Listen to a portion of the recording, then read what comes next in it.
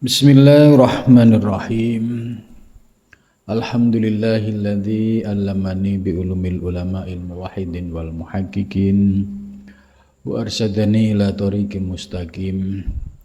Wassalatu wassalamu ala sayyidil wujud wal arwah nabiyyina Muhammadin sallallahu alaihi wasallam alladzi jaa'a bisyari'ah wat tariqah wal haqiqah wal ma'rifah. Wa ala alihi wa sahbihi ajmain amma ba'du. Subhanaka la ilma lana illa ma 'allamtana innaka antal alimul hakim. La haula wa la quwwata illa billahil aliyyil azim. Malam ini kita akan melanjutkan pengajian kitab Bidayatul Hidayah karya Imam Al-Ghazali.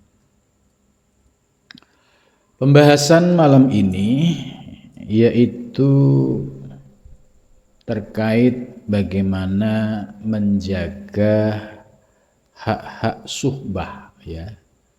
Suhbah itu bisa memiliki makna ya persahabatan yang lebih intim ya istilahnya. Kalau zaman sekarang itu ya disebut soulmate lah gitu.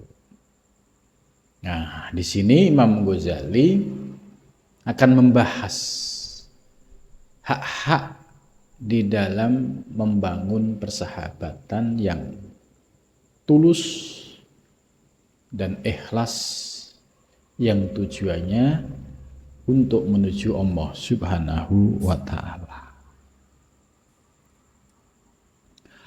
Al-wadifatu as-saniyah bermula wadifah yang kedua. Ya. Mura'atu huquqis suhbati yaitu menjaga hak-hak suhbah ya. Suhbah.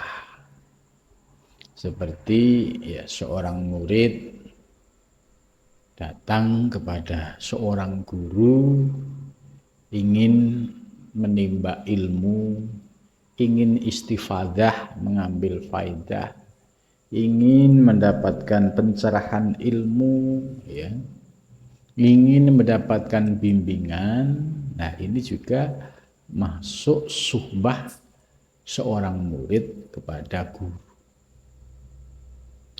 Suhbah juga bisa bermakna seorang hamba yang sedang berjuang mendekatkan diri kepada Allah Subhanahu wa ta'ala.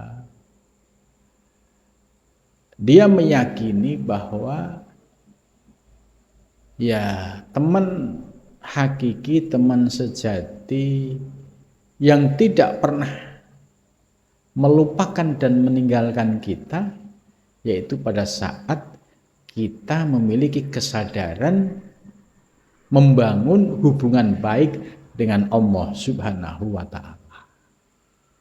Jadi Allah tidak akan pernah meninggalkan seorang hamba dalam kondisi apapun. Sementara pertemanan ya ada yang kalanya pragmatis. Kalau temennya lagi ya naik daun, ya dia akan mendekat, ya. Tapi kalau temannya sedang turun, ya dia segera menjauh. Nah, ini pertemanan yang didasari dengan pragmatis, ya.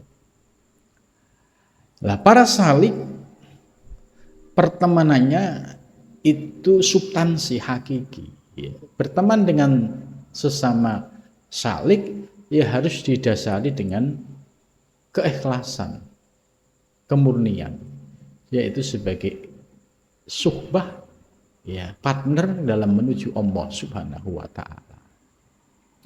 Begitu juga pada saat seorang salik memiliki kesadaran spiritual ya, bahwa mereka hanya bertakluk kepada Allah ya, karena ketika seseorang bergantung kepada makhluk, ujung-ujungnya kecewa, ujung-ujungnya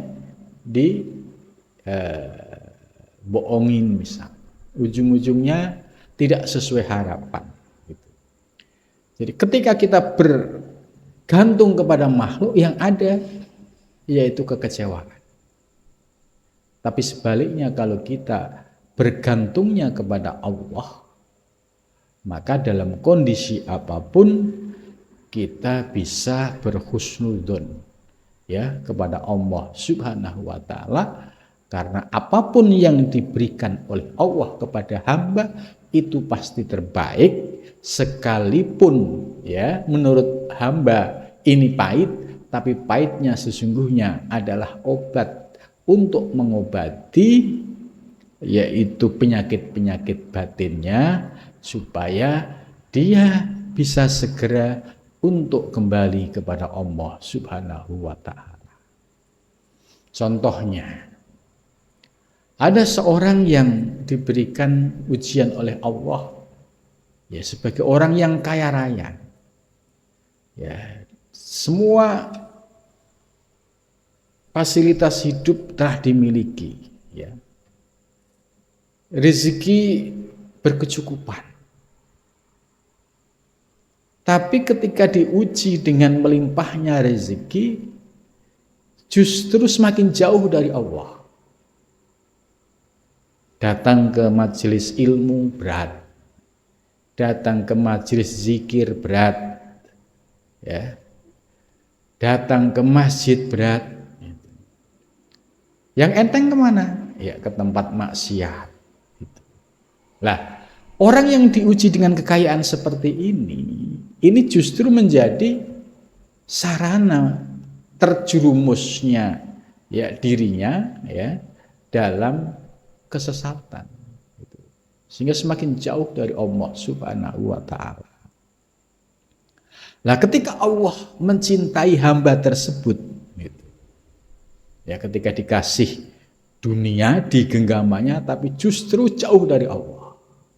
Kemudian Allah ya ingin mencintai hamba tersebut. Maka cara Allah yaitu dengan mencabut apa yang dimilikinya, karena apa yang dimiliki saat ini itu tidak bisa mendekatkan diri kepada Allah, justru ya, semakin jauh dari Allah, semakin dekat dengan kemaksiatan. Nah, terus Allah mengambil satu persatu, ya tiba-tiba usahanya macet, tiba-tiba posisinya ya sudah tidak strategis lagi, akhirnya mengalami penurunan. Nah, pada saat mengalami kondisi yang menurun ini, pasti dia akan mencari solusi. Kemana? Ya harus mencari solusi. Datang ke dukun, ya ternyata saran dukun tidak bisa menjawab apa yang menjadi kegudahannya. Nah, pada saat Allah mencintai hamba tersebut, akhirnya Allah menunjukkan kasih sayangnya. Ya, bisa jadi kemudian dipertemukan dengan seorang kiai, seorang masyayikh yang bisa mengingatkan ya untuk kembali kepada Allah Subhanahu wa ta'ala. Akhirnya dia bertaubat, ya, introspeksi, muhasabah. Oh iya, ternyata selama ini saya diuji oleh Allah dengan rezeki yang melimpah, tapi justru saya tersesat di jalan. Karena harta yang melimpah tidak digunakan untuk berjuang di jalan Allah, tapi justru di jalan kemaksiatan. Nah, ketika kondisi ya sedang pas-pasan gitu, karena sumber-sumbernya tadi dikunci, ditutup oleh Allah, mulailah dia bisa merasakan, oh sabar itu begini gitu. Oh, penderitaan yang dirasakan ini justru menjadi oase, yaitu pintu untuk mendapatkan ketentraman yang hakiki. Justru dengan kesulitan ini ternyata Allah memberikan ketentraman batin yang tidak dirasakan pada saat dia memegang harta ya dengan kekayaan yang melimpah. Oh, ini maksudnya Allah. Gitu. Nah, ketika dia mendapatkan rezeki, sudah mulai berpikir, oh ya dulu saya dikasih rezeki, jatuhnya ke maksiat. Kalau sekarang ya sudah mendapatkan pencerahan ilahiyah, mendapatkan nur ilahiyah, ya dia akan memprioritaskan untuk kepentingan ukhrawi, untuk kepentingan akhirat. Nah, kesadaran spiritual seorang hamba yang sudah menemukan jalan kembali kepada Allah Subhanahu wa taala, akhirnya hamba tersebut merasa dekat dengan Allah. Nah, inilah yang disebut suhbah. Jadi merasa dekat dengan Allah karena Allah selalu mengawasi seluruh gerak-gerik kita. Akhirnya setelah memiliki kesadaran spiritual, mau maksiat pun takut karena Allah mengawasi. Gitu. Lah, orang-orang yang mendapatkan anugerah seperti ini, inilah yang disebut oleh Imam Ghazali di awal pembahasan, itu orang-orang yang sudah menjadikan Allah ya sebagai suhbah dalam kehidupannya, sehingga kemanapun dia pergi merasa diawasi oleh Allah Subhanahu wa taala. Seberat apapun masalah yang dihadapi, ya hanya dia berkeluh kesah hanya kepada Allah. Ya, akhirnya bisa sabar, akhirnya bisa ridho, akhirnya bisa qanaah, bisa husnudzon kepada Allah. Tetap ini yang terbaik menurut Allah Subhanahu wa taala. Itu. Lah, terkait dengan hukukus suhbah, hak-hak di dalam suhbah ini dijelaskan famahma ing aqadat asyirkah ya ai irtabatat baina sahsaini kan nikah baina zaujaini ya. Ini maksudnya ketika telah terjadi kesepakatan dalam membangun hubungan atau yang disebut syirkah, kerjasama ya. Ya, misalnya kerjasama antara pertemanan ya untuk membangun bisnis ya, itu juga namanya syirkah. Nah, kemudian contoh lain ya, seorang suami istri yang dulunya tidak kenal kemudian menjadi kenal, terus membangun ing aqadat asyirkah, membangun kesepakatan ya untuk membangun sebuah rumah tangga. Ini juga termasuk bagian dari hukukus suhbah itu.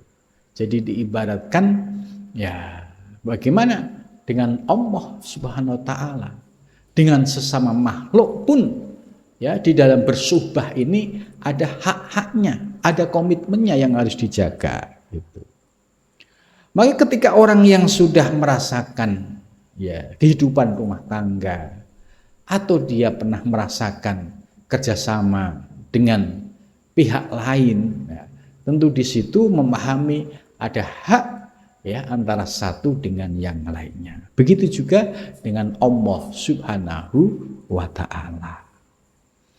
Akhirnya muncul kesadaran, oh kalau menjadikan Allah sebagai ya tempat untuk berkeluh kesah, menjadikan Allah sebagai tujuan ya ilahi anta maksudi waridhoka matlubi ya, maka harus memahami hak-hak di dalam suhbah ini. Oh ternyata kita ini sebagai hamba, Allah sudah memberikan yaitu tugas dan tanggung jawab. Kita diberikan syariat yaitu yang dibawa oleh Nabi besar Muhammad SAW. Nah, syariat ini sesungguhnya sumbernya dari Allah. Kemudian syariat inilah yang harus kita laksanakan sebagai bentuk komitmen bahwa kita mencintai Allah Subhanahu wa taala. Bagaimana mungkin orang ngaku mencintai Allah tapi perintah Allah tidak dijalankan? Bagaimana mungkin dia ngaku seorang salik yang katanya menuju Allah, sholat 5 waktu ditinggalkan? Nah ini kan ya paradok gitu, menuju Allah tapi meninggalkan perintah Allah gitu. Nah ini yang perlu dijadikan sebagai sebuah renungan. Karena apa? Banyak ya orang-orang yang mengaku salik menuju Allah karena ilmunya tidak komplit, akhirnya yang dianggap prioritas utama dalam hidupnya itu hanya zikir, melupakan ya syariat Nabi, sholat fardu 5 waktu. Bahkan ya ada juga yang mengabaikan gitu. Wah itu kan syariat gitu. Jadi merendahkan. Padahal itu syariat Nabi besar Muhammad SAW, dan syariatnya Nabi itu adalah sumbernya dari Allah Subhanahu wa taala. Maka bagaimana mungkin disebut sebagai pecinta kalau apa yang diperintahkan tidak dilaksanakan? Begitu juga seorang yang berkomitmen katanya mencintai seseorang, tapi ada permintaan kemudian tidak dilaksanakan gitu. Jadi analog yang demikian ini itu bisa menjadi kias ya, analog bagaimana kita ya dalam menjaga huququs suhbah dengan Allah Subhanahu wa taala. Wan tadumat bainaka wa baina syarik kakak ya. Wan tadumat ya, intadumat itu ya diatur ya, ada poin-poin kesepakatan bainaka antaramu wa baina syarikika dan antara partnermu ya, as-suhbah yaitu komitmen persahabatan. Fa'alaika maka wajib bagimu hukukos biwad ya. Fa'alaika maka wajib bagimu hukuko biwajib. Ya, ini kurang titik ini. Hukuko yuwajibuha aktes suhbah.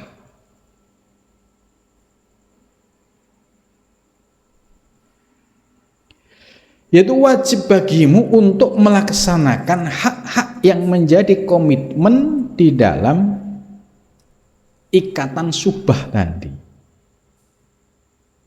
Itu.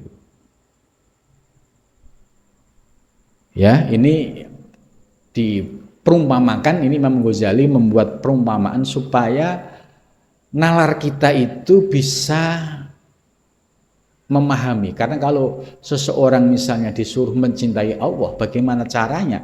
Kalau tidak ada perumpamaan, ya, ini agak sulit gitu. Maka ada seorang sufi ya, yang didatangi oleh seorang pemuda gitu. Pemuda ini menyampaikan, wahai Syekh, saya ingin menuju Allah gitu. Terus sang Syekh ini bertanya, apakah kamu pernah mencintai seseorang? Belum, Syekh. Ya sudah, pulang aja dulu gitu. Artinya apa? Bahwa untuk mencintai Allah itu harus memiliki pengalaman ya, ketika dia misalnya mencintai seseorang. Ketika mencintai manusia itu pun ada komitmen. Begitu juga dalam mencintai Allah Subhanahu wa taala gitu. Jadi artinya yang dimaksud oleh Syekh ya bukan berarti maknanya itu disuruh mencintai perempuan yang memiliki potensi untuk maksiat, bukan itu, tapi bagaimana menjaga hubungan baik ketika kamu mencintai seseorang, bahwa di situ ada komitmen. Begitu juga ketika kita mencintai Allah Subhanahu wa Ta'ala. Gitu.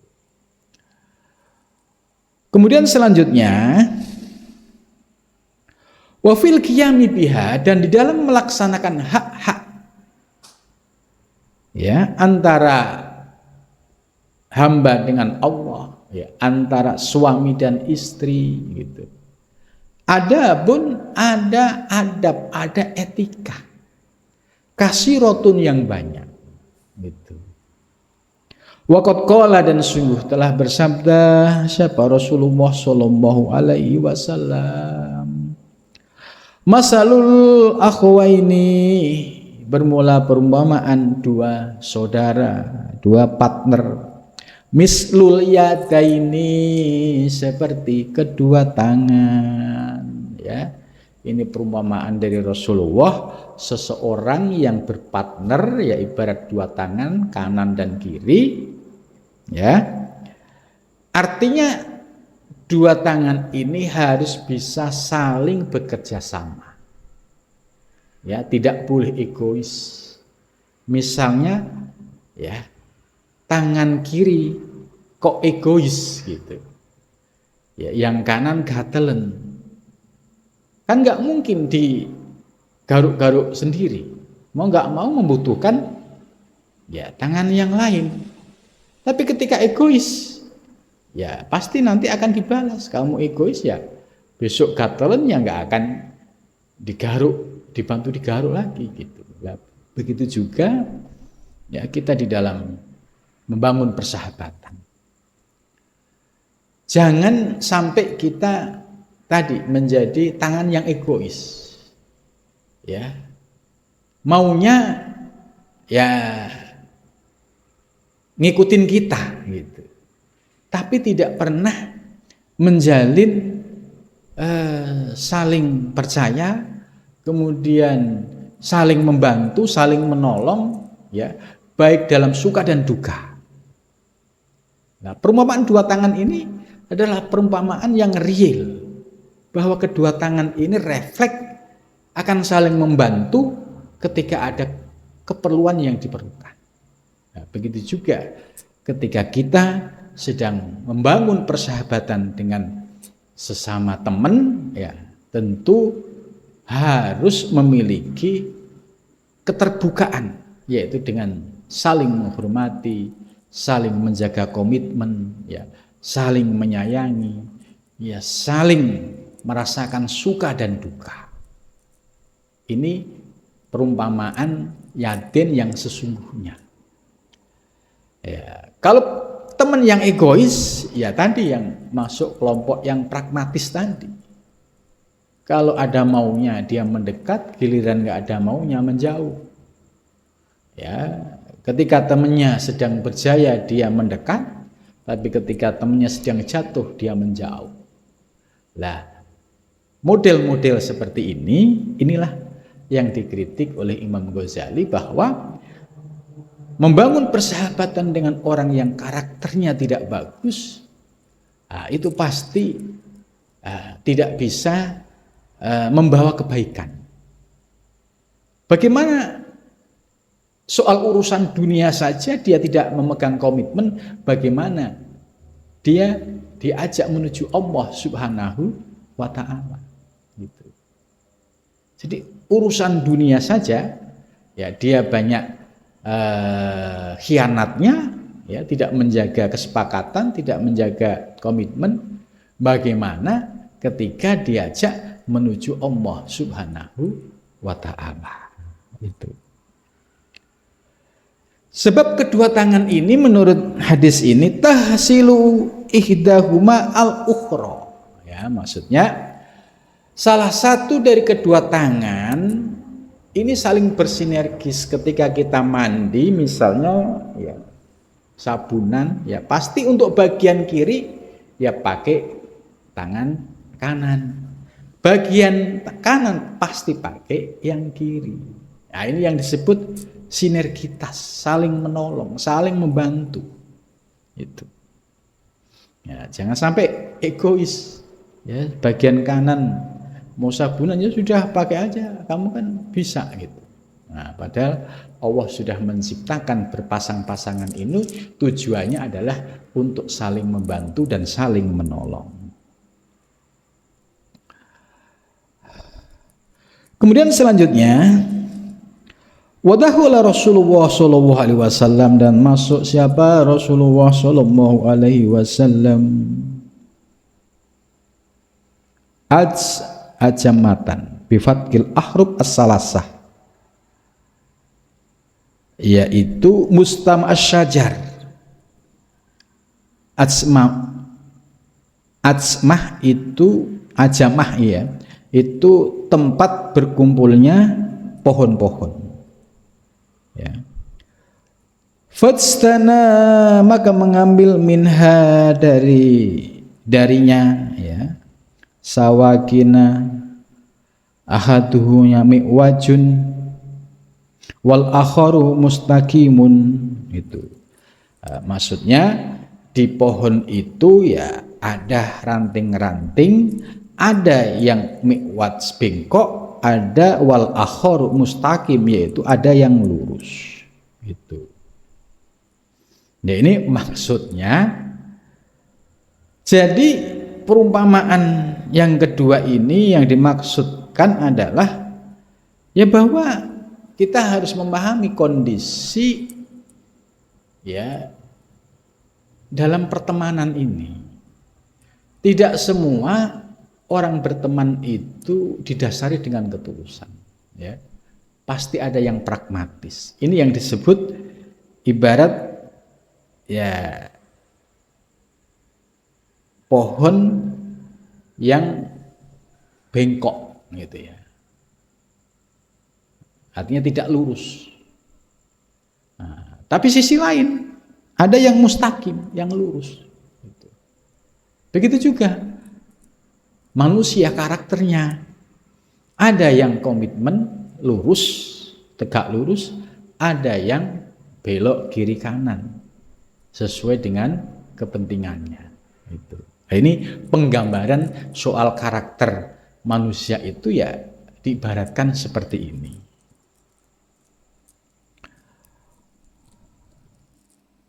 Wa kana ma'hu sallallahu alaihi wasallam ba'da ashabihi, dan ada siapa beserta Rasulullah SAW sebagian sahabatnya, yaitu yang bernama Abdurrahman bin Auf, Utsman bin Affan. Fa'atahu, maka memberinya siapa nabihu pada sahabat al-mustaqimah yang lurus, minhuma dari keduanya, wa amsaka dan memegang linapsi untuk dirinya al-mi'wad yang bengkok. Faqala, maka berkata lalu kepada Rasulullah SAW, ya Rasulullah, wahai Rasulullah, anta engkau, wallahi demi Allah, ahakku lebih berhak mini dariku bil mustaqimi dengan yang lurus. Ya Rasulullah, ya, engkau demi Allah lebih berhak dariku untuk yang lurus ini. Faqala Rasulullah SAW, ma min sahibin, tidak ada orang yang bersahabat, yashabu, yang dia bersahabat, sahiban dengan sahabat, walau saatan, walau sebentar, min naharin, dari waktu, illa wa yas'alu, kecuali dia bertanya, an suhbatihi, dari sahabatnya, hal aqoma, apakah kamu melaksanakan, fiha, di dalam hak-hak suhbah, hak Allahi, hak Allah Ta'ala, au aldoahu, atau menyiakannya. Nah, ternyata di balik itu ada pelajaran dari Rasulullah Shallallahu Alaihi Wasallam, ya, bahwa bengkok dan lurus ini ya sebuah simbol karakter, ya, bahwa orang itu ya juga ada yang karakternya mi'waj bengkok, yang pragmatis gitu. Ada juga yang mustaqim, yang lurus, yang tulus, yang ikhlas. Itu. Ini ada yang model seperti itu. Maka ketika kita sudah paham isyarat ini, ya, di dalam bermasyarakat, ya tentu harus memahami, oh iya, ini karakternya lurus, ini karakternya bengkok gitu. Nah, kalau bengkoknya itu tidak kebangetan, bisa diluruskan, ya kita luruskan Tapi kalau bengkoknya sudah kebangetan, kalau diluruskan ya paling ujung-ujungnya patah. Gitu. Maka dalam membimbing orang ya perlu melihat situasinya. Jadi kalau bengkoknya masih bengkok yang sedikit dan masih bisa dibina, bisa dibimbing, ya kita luruskan. Mudah-mudahan tidak jadi keterusan bengkoknya. Itu. Nah, ini ibarat pertemanan juga sama seperti itu.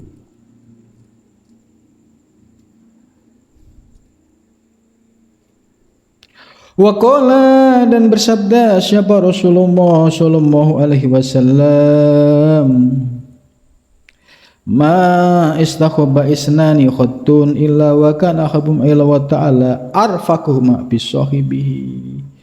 Tidak bersahabat dua orang sama sekali kecuali ada bagi keduanya saling mencintai. Ilallah. Keduanya saling mencintai didasarkan kepada Allah Subhanahu wa ta'ala. Saya dekat sama dia, ya motivasinya hanya karena Allah. Itu, berteman karena Allah. Itu. Arfaqahuma bisahbihi. Maka di antara keduanya ini yang paling ideal adalah yang paling komitmen, yang paling menjaga ya kesepakatan ya dengan sahabatnya itu. Jadi yang lebih lembut, yang lebih ya kalau bahasa kita sekarang ini ya dalam persahabatan itu kuncinya di komitmen. Ya, begitu juga dalam rumah tangga juga kuncinya komitmen itu. Nah, ini kalau orang bisa megang komitmen ini sebagai kunci di dalam membangun suhbah. Wa adabu suhbah bermula adabnya suhbah. Ya, isna asyara itu ada 12. Al-awwalu bermula yang pertama al-isaru, yaitu memuliakan. Jadi kalau kita mau bersahabat dengan teman, ya yang pertama kuncinya saling memuliakan. Al-ikramu, al-isaru. Ya, tidak merendahkan gitu. Tetap ya menghormati, menjaga nama baiknya, al-ikram. Bil mali, dengan harta, ya. Fa ilam yakun hadza, jika tidak ada hadza, apa ini mal, apa ini sar, fabadlul fadli, maka menyerahkan kelebihan minal mali dari harta walau qalilan, walaupun sedikit, indal hajati, pada saat hajat, ai hajata sahibihi, yaitu hajatnya temannya. Jadi maksudnya adab suhbah yang pertama yaitu al-isaru bil mal, itu maksudnya orang yang bisa menunjukkan persahabatannya dengan pengorbanan harta. Contoh temennya ya, dalam posisi kesulitan, sementara kita ada di situ ujian. Ya, ada kalanya orang nggak mau tahu, ya. Tapi kalau teman yang hakiki, yang ikhlas, ya pasti dia akan cepat untuk membantunya. Nah, ukuran inilah ya bisa menjadi indikator bahwa di dalam membangun persahabatan pertemanan itu, menurut Imam Ghazali, yaitu bagaimana dia membantu, menolong temannya terkait dengan harta pada saat temannya itu membutuhkan. Kalau memang pada saat membutuhkan, kalau dia tidak punya, ya sampaikan saja, lagi tidak ada. Tapi kalau ada, dia tidak pelit gitu. Oh iya, baik, saya lagi ada gitu. Nah, ini namanya salah satu indikator ya bahwa orang yang kita ajak berteman ini karakternya baik gitu. Tapi ada juga teman yang ya secara ekonomi dia lebih dari segala-galanya. Tapi pada saat temannya yang kesulitan minta tolong, ya pura-pura tidak tahu, pura-pura ya tidak punya duit gitu. Padahal duitnya adalah ini yang dimaksud oleh Rasulullah, karakter teman yang seperti ini adalah bukan termasuk kriteria yang al-isar bil mal. Itu. Lah, bagaimana kalau teman minta bantuan duit tapi kita sedang nggak ada? Fa ilam yakun hadza fa bibat lil fadli minal mal, yaitu lakukan sebaik mungkin apa yang kita bisa bantu. Ya, misalnya kita bisa bantu saran, ya berilah saran. Atau kita bisa membantu memberikan solusi, ya kita carikan solusi. Paling tidak menunjukkan komitmen, kesungguhan kita menolong teman yang sedang kesulitan. Jadi tidak menutup mata. Udah jelas dia itu punya duit tapi pura-pura tidak tahu. Lah, ini bukan karakter teman yang baik. Kemudian berikutnya, wasani bermula yang kedua, i'anatu bin nafsi, yaitu menolong dengan jiwa. Fi qada'il hajati, dalam memenuhi hajat. Ya. Ujian yang kedua ya dalam persahabatan, yaitu menolong dengan jiwa. Jiwa itu ya maksudnya teman dalam posisi kesulitan kemudian minta kehadiran kita gitu. Sementara kita ada waktu gitu. Ini kan perlu perjuangan. Lah, kalau teman ini enteng, ya baik saya datang. Nah, ini berarti menunjukkan karakternya baik. Gitu. Karena dia berjuang meluangkan waktu untuk mendatangi teman yang sedang memerlukan bantuan. Fi qada'il hajat, untuk memenuhi hajat sahabatnya. Ala sabilil mubadarah min ghairi iwajin ila iltimasin. Jadi benar-benar yang dia lakukan itu ya atas dasar yaitu pertemanan gitu. Jadi dia benar-benar berkomitmen dalam membangun persahabatan itu. Kemudian wasalisu yang ketiga, kitmanus sirri, menyembunyikan rahasia. Ya. Alladzi basyau sahibu ilahi wa la yabusu ila ghairihi albatata. Jadi misalnya kita sudah dipercaya oleh teman. Kemudian teman ini menceritakan sesuatu. Yang cerita ini tidak dikasih tahu oleh siapapun. Nah, sebagai teman yang baik, ya ketika temannya curhat, ya sudah didengarkan, kemudian ditutup rahasianya. Jangan sampai ya di depannya bilang iya, kemudian di tempat lain ngomong sama yang lain, ya apa yang disampaikan oleh teman yang pertama tadi diceritakan, kemudian ditutup, kamu jangan ngomong sama yang lain ya, gitu. Nah, ini juga sudah menunjukkan dia bukan orang yang memegang komitmen di dalam menjaga rahasia. Itu. Jadi luar biasa ini Imam Ghazali ya, sampai merinci ya sedemikian penting ya di dalam membangun persahabatan. Wasatrul uyubi, dan bermula berikutnya yaitu menutup aibnya. Ya, setiap orang punya aib, punya kekurangan. Jangan sampai aibnya ini kita umbar. Ya, aibnya teman ini kita umbar. Ya, kita sampaikan kepada orang lain.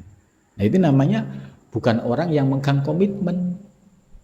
Kalau sudah bersahabat sejati, ya apapun yang menjadi aibnya akan berusaha menutupinya, gitu. Dan tidak akan pernah menyebarkan atau menyampaikan kepada orang yang lain. Nah, ini kalau teman yang punya komitmen. Tapi ada juga ya yang tidak bisa satrul uyub, keburukan teman A disampaikan ke B, B nanti ngomong ke C. Gitu. Lah, kalau ada orang model karakternya begini, ini bukan teman yang baik, yang suka ngumbar aib, yang suka ngomongin aib kepada orang lain. Pasti suatu saat aibmu juga akan diomongkan. Gitu. Jadi ini ya perlu menjadi perhatian kita. Kok ada teman yang suka menyampaikan aib orang lain kepada kita? Ya, kita harus sadar. Suatu saat orang ini pasti akan membongkar aib kita kepada orang lain. Gitu. Karena kalau sudah watak, karakter susah untuk dirubah. Ya, kecuali dengan tobat dan bersungguh-sungguh. Gitu. Nah, orang yang seperti ini, ya kalau ada orang yang memiliki karakter satrul uyub, ya ini istimewa. Gitu. Ditanya keburukannya tidak pernah menjawab. Yang ada adalah kebaikannya. Wasukutu dan diam ala tablighi ma yashu'uhu atas penyampaian sesuatu yang menjelekkannya. Ya, ketika misalnya ada yang ngomongin temennya tadi tentang keburukannya, min mudimmatin nasi, dari celaan manusia iyahu pada dirinya. Jadi dia diam, tidak ikut komentar dan tidak ikut menyampaikan kepada yang lain. Gitu. Warabi'u, dan yang keempat, iblagu ma yasyuru fi min sana'in nasi alaihi, yaitu menyampaikan sesuatu yang rahasia ya dari pujian manusia atasnya. Ya, maksudnya di sini ma'id haril farahi, disertai dengan menampakkan yaitu kesenangan, fa inna ikhfa'a dzalika mahdun, karena menyembunyikan kesenangan tersebut murni mahdil hasad, murni hasud. Gitu. Maksudnya ya ketika ada teman yang diberikan satu anugerah oleh Allah, ya, kemudian kita ini merasa ada iri, gitu. Tidak merasa nyaman gitu. Ya, ada temannya yang sedang mendapatkan satu anugerah, tapi dia tidak enjoy gitu. Nah, ini kenapa tidak enjoy? Ya karena di dalam hatinya ada penyakit hasud tadi. Wa husnul isgha'i indal hadis, dan ya isgha' itu mendengarkan. Jadi kalau temannya lagi ngobrol, ya didengarkan ketika bicara. Wa tarkul mamarati fihi, dan meninggalkan yaitu ya sambil lalu, ya maksudnya ya ini dalam konteks zaman sekarang ya. Kalau kita sedang ngobrol sama teman atau siapapun, ini etikanya ya. Karena ini kan sesuatu yang baru ya di zaman era modern ini kan. Kalau zaman dulu nggak ada HP, ya sekarang ada HP dan semua orang megang HP. Nah, terkait dengan pembahasan ini, wa husnul isgha' indal hadis wa tarkul ma'rufi, yaitu ketika kita berbicara dengan teman, dengan partner, dengan siapapun, adabnya yaitu mendengarkan. Tidak mengabaikan sambil lalu kemudian kita asik main HP. Nah, ini ya di era modern ini ya sudah menjadi hal yang lumrah. Tapi tidak benar ketika ada teman ngobrol kemudian asik main HP sendiri. Nah, ini menurut Imam Ghazali ini namanya kurang adab. Jadi adabnya ketika kita berkomunikasi dengan teman atau siapapun, kalau temannya lagi bicara ya dengarkan. Isgha itu mendengarkan yang serius, bukan sambil lalu gitu. Karena kalau sambil lalu ini kan hanya sekedar menghormati tapi terpaksa. Tapi kalau isgha itu benar-benar mendengarkan dengan serius.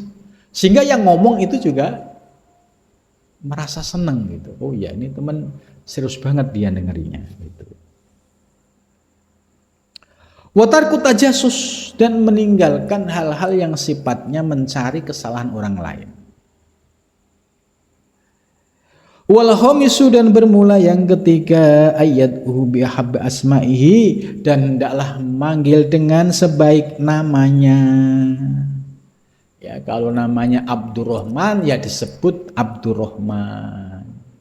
Jangan sampai namanya Abdurrahman dipanggil nama yang tidak baik gitu ya. Kan sekarang itu kan ada orang punya nama bagus kemudian dipanggil dengan nama yang jelek gitu. Nah, ini menurut etika bersahabat menurut Imam Ghazali nggak boleh. Kalau yang namanya misalnya Abdurrahman ya panggillah wahai Abdurrahman gitu. Jadi orang tuh kalau dipanggil namanya apalagi komplit gitu itu merasa mendapatkan perhatian. Nah ini adab ya. Jadi adab ini ya memang satu istimewa. Dia tidak akan manggil misalnya ada namanya Abdurrahman, panggilan gaulnya Bondet misalnya. Hei Det, Bondet, enggak begitu. Kalau orang yang beretika, berilmu ya panggil, "Hai Abdurrahman, gimana kabarmu?" gitu. Ini contoh itu. Jadi menurut Imam Ghazali jangan sampai memanggil ya bihabbi asma'ihi ilahi, yaitu nama yang paling disenanginya gitu. Yaitu nama aslinya gitu. Wa ayasna alaihi bima ya'rifu min ahmasanihi, dan hendaklah memberikan ya apresiasi pujian terhadap apa yang dilakukan ya, misalnya dia susah payah membantu kita gitu. Nah, itu jangan lupa ya mengucapkan terima kasih dan memberikan apresiasi ya. Ini adab menurut Imam Ghazali. Jadi jangan lantas dibantu, ditolong nggak ada terima kasihnya, nggak ada apresiasinya gitu. Ternyata oleh Imam Ghazali ini sangat dianjurkan. Wa asna alaihi, yaitu memberikan pujian kepadanya ya bima ya'rifu min mahsani, sesuai dengan apa yang kita ketahui dari kebaikannya. Contoh tadi kita tiba-tiba dia memberikan sesuatu, oh ya terima kasih gitu. Nah, hanya ucapan terima kasih, kamu baik banget ya gitu. Nah, ini oleh Imam Ghazali ya sangat dianjurkan ya. Kemudian berikutnya wa ayyashkurahu ala soni'ihi, dan hendaklah mensyukurinya ya atas segala sesuatu yang telah dilakukannya, fi haqqi, pada haknya ya. Jadi untuk mensyukuri ya apa yang telah ada ya padanya itu.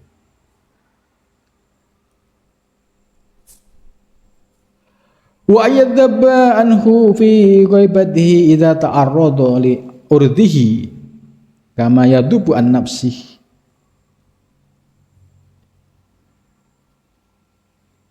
Idah taja ilaih awan sohabil lutfi wa ta'rid ya.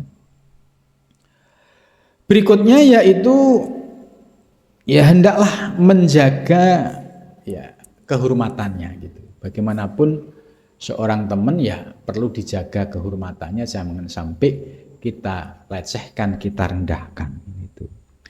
Kemudian berikutnya wa an yansaku bil lutfi wa ta'rid, hendaklah diberikan nasihat yang halus. Ya, nasihat yang idah taja ilaih ketika diperlukan. Kemudian berikutnya yang 6 wa ayyafu anzalati wa fatihi, dan hendaklah minta maaf ketika terpleset atau dia ya sedang melakukan sebuah kesalahan ya. Karena birtika bima'asin, sebab menjalankan maksiat atau yang lainnya. Wala ya'tabu ayla yalumu alaih, nggak boleh kemudian mencela misuh-misuh gitu ya. Kemudian wasabi yang ketujuh ayat ulahu fi khalwatihi fi hayati wa ba'da mamati, yaitu yang ketujuh mendoakan ya dalam kesunyian baik pada saat hidup maupun setelah matinya Jadi persahabatan yang hakiki itu diwujudkan dalam bentuk doa yang disembunyikan, ya, bukan doa yang dipamerkan. Kalau doa dipamerkan berarti riya. Gitu. Ini Imam Ghazali dia berdoa, ya, di belakang temannya pada saat temannya itu misalnya dalam kesulitan, ya, atau misalnya dia bangun tengah malam didoakan tanpa dia mengetahui, tanpa juga harus dilaporkan, gitu. Ini sahabat yang sejati itu seperti itu. Fi kholwatihi, jadi di dalam tempat kholwatnya, ya, yaitu pada saat dia sedang sholat atau bermunajat, ya, kemudian mendoakan temannya, ya Allah, mudah-mudahan si A diberikan kesehatan, mudah-mudahan diberikan kelancaran. Nah, ini namanya ayyatu lahu fi kholwat fi hayati wa ba'damat. Begitu juga setelah kematiannya. Seorang teman sejati, ya, komitmen dengan teman ini tidak sebatas saat masih hidup. Setelah mati pun dia selalu ingat, gitu. Yaitu dengan cara misalnya membaca Al-Fatihah, atau misalnya dia punya rezeki, memberikan sedekah diniatkan untuk temannya. Nah, ini namanya, ya, teman sejati dunia dan akhirat, gitu. Tapi zaman sekarang agak susah nyari yang begini. Wasaminu, dan yang kedelapan, wa yahsunal wafa, dan dia senantiasa berkomitmen, ya, dengan janji, gitu. Ma ahli, serta ahlinya, wa aqrabihi, dan kerabatnya, ba'da mauti, setelah kematiannya. Jadi setelah temannya itu meninggal, dia tetap membangun komunikasi dengan keluarganya, dengan kerabatnya, ya, yaitu pasca kematian temannya itu. Jadi tidak mati ya sudah, tidak terhubung lagi dengan keluarganya, tidak terhubung lagi dengan anak-anaknya misalnya. Nah, ini oleh Imam Ghazali, ya, sebagai adab pertemanan yang hakiki, ya, menyambung silaturahmi kepada keluarga yang ditinggalkan. Itu. Watasi, dan yang kesembilan, ayu asiro at-tahfif anhu fala yukallifu syai'an min hajati, yaitu hendaklah bisa meringankan, ya, pada saat temannya itu membutuhkan pertolongan, fayaruhu siro, sehingga membuat temannya itu menjadi terbantu, tertolong, itu.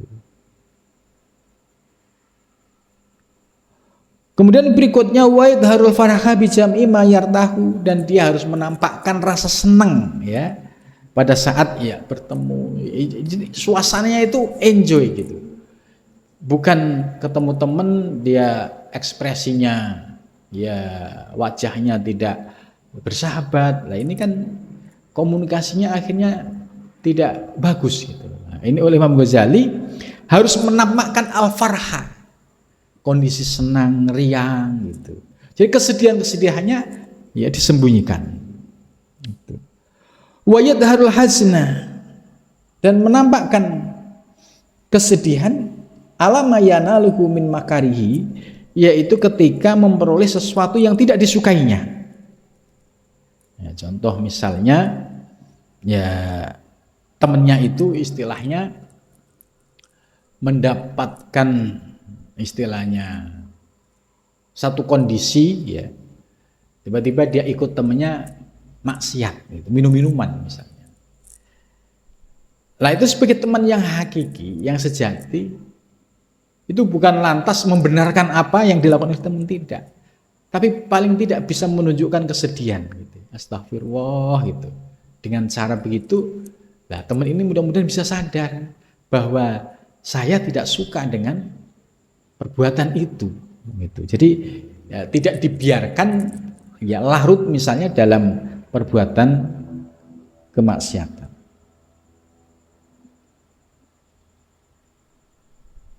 Wal asir, dan 10, ayyabda'u bis salam, yaitu memulainya dengan salam, inda iqbalihi, ketika, ya, menghadapnya. Jadi dimulai, ya, ketemu dengan salam. Wa ayyuwassi'a lahu fil majlis, dan memberikan tempat duduk yang luasa. Kemudian yang ke-11 wa ayyaharujalahu min makani ayyusyi'ahu. Dan pada saat dia keluar dari tempatnya, yaitu senantiasa dia mengikuti inda qiyami pada saat dia berdiri. Kenapa? Ikroman, untuk memuliakan lahu baginya. Nah, ini kan adab yang kecil tapi luar biasa. Contoh misalnya, ada teman baru datang, kita duduk. Ya, kalau seandainya kita kemudian berdiri, salaman, nah ini cara untuk menghormati. Begitu juga ada teman, kemudian dia mau pamit, terus kita berdiri, ya ini salah satu cara berdiri sebagai adab untuk menghormatinya. Ya, kalau orang yang cuek, ya temennya datang, ya dia duduk aja gitu. Temennya mau pamit, ya dia duduk aja. Nah ini menurut Imam Ghazali, ya ternyata adab yang bagus, yaitu dia ya berdiri ikroman lahu, untuk memuliakan temannya tersebut. Yang ke-12, ayat semuta indah kalami hatta yafrugum min kalami wa tqamat fi kalami. Yaitu ketika temannya sedang berbicara, hendaklah kita diam sampai bicara temannya ini selesai. Ya artinya apa? Etikanya di dalam berkomunikasi tidak boleh memotong pembicaraan yang sedang berlangsung. Misalnya temannya lagi cerita, jangan lantas tiba-tiba dipotong, pasti kecewa teman. Nah, ini oleh Imam Ghazali sebagai adab, kalau kita bisa melakukan itu, ya tentu akan nampak yaitu adab yang baik. Ya, efeknya ya pasti teman ini merasa nyaman dengan kita. Gitu. Oh ya, ternyata adabnya luar biasa. Gitu. Tapi sebaliknya kalau kita adabnya buruk, ya pasti teman ini tidak merasa nyaman. Gitu. Nah, dari penjelasan 12 adab dalam bersuhbah, ya ini tentu sangat relevan dalam kehidupan yang sekarang ini. Ya, makanya penting ngaji kitab ya Turos yang sudah sekian abad. Tapi ternyata isinya tetap relevan, menjawab persoalan zaman sekarang. Apalagi ya zaman era digital, ya semua orang megang HP. Kalau ini tidak kita pahami, ya bagaimana adab berteman dua yang jumlahnya 12 tadi, kalau kita nggak pahami, ya kita akan menjadi orang yang man laisa adab kadubab, ya. Orang yang tidak punya adab ya seperti lalat, nggak ada etika. Temennya lagi ngobrol main HP, temennya lagi curhat nggak merhatiin, kan pasti kecewa temennya. Nah, maka dengan membahas 12 adab dalam bersahabat ini menjadi ilmu bagi kita yang bisa kita praktekkan di dalam kehidupan sehari-hari, sehingga apa yang disampaikan oleh Imam Ghazali ya terkait dengan adab ya dapat kita praktekkan ya dalam kehidupan modern ini. Mudah-mudahan senantiasa kita diberikan anugerah ya istiqomah dapat mengamalkan ilmu apa yang disampaikan oleh Imam Ghazali. Amin ya rabbal alamin.